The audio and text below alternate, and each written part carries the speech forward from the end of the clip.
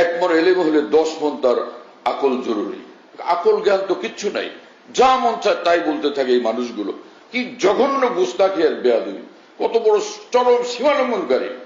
একজন সাংবাদিক রাসূলুল্লাহ সাল্লাল্লাহু আলাইহি ওয়াসাল্লাম সাংবাদিক বানাইছে।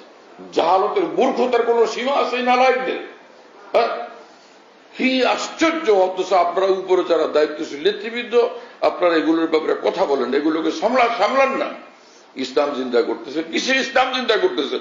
আপনারা ইসলামকে সম্পূর্ণ ধ্বংস করে দিতেছেন, সবগুলো ধ্বংস করে দিতেছেন। নবীর প্রতি আদব, শ্রদ্ধা, সম্মান পর্যন্ত যখন ভুলুণ্ঠিত করতেছেন, ইসলাম থাকবে কোথায়? নবীর সম্মান যখন রক্ষা হচ্ছে না। আর কোরআন সুন্নাহর আলোকে যে ফরজ আমল, যেগুলো রোজা তো ফরজ আমল, রোজাকে পূজার কাজ সমান সমান, যে নারী পুরুষ কাঁধে কাঁধ মিলিয়ে আমরা এই দেশ গড়ব, রোজার পূজাকে সমান সমান তালে পেশ করে দিচ্ছেন। এইরকম জঘন্য কাজ করতেছেন আর বলতেছেন ইসলাম চিন্তা করবেন। আপনাদের দ্বারা ইসলামের কোনো খেদমত হবে না, কোনো কাজ হবে না, কোনো ফায়দা হবে না, কারণ আপনারা ইসলাম বুঝেনি না। আপনারা ইসলাম বিলকুল বুঝেন না। একজন ভদ্রলোকের বই পুস্তক থেকে পড়াশোনা করে আপনারা কোন রকম কিছু জ্ঞান অর্জন করছেন। আপনারা মনে করেন ইসলামের ধারক বাহক নিজেদেরকে, কোন ক্রমে আপনারা ইসলামের ধারক বাহক না। আপনারা ইসলাম কিচ্ছু বুঝতে পারেন এখন পর্যন্ত। কারণ ইসলাম বুঝতে পারলে আপনাদের বড় নেতা সবচেয়ে আমির সাহেব, তিনি কিভাবে বলেন যে আমরা শুভেচ্ছা জানাইলাম? শুভেচ্ছা মানে শুভকামনা, আবার কেউ জানায় অভিনন্দন।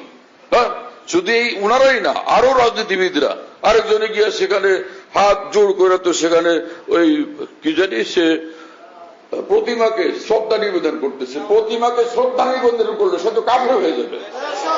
যে প্রতিমাকে শ্রদ্ধা নিবেদন করবে মুসলমান, নিঃসন্দেহে কাফের হয়ে যাবে।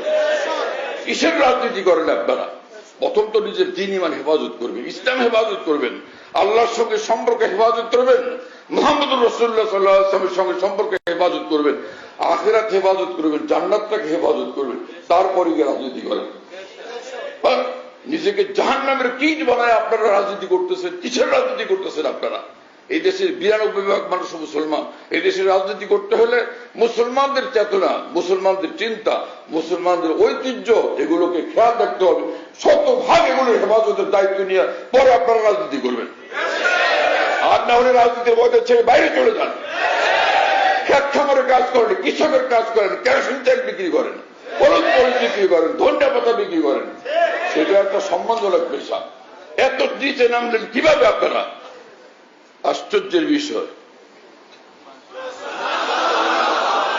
আদার ব্যাপারী জাহাজের খবর, কোন চিন্তার, কোন জ্ঞানের কোন উচ্চতা নাই, পরিপক্কতা নাই। রাজনীতির ফিল্ডে মহান নেতা হয়ে বসে গেছেন এক একজন।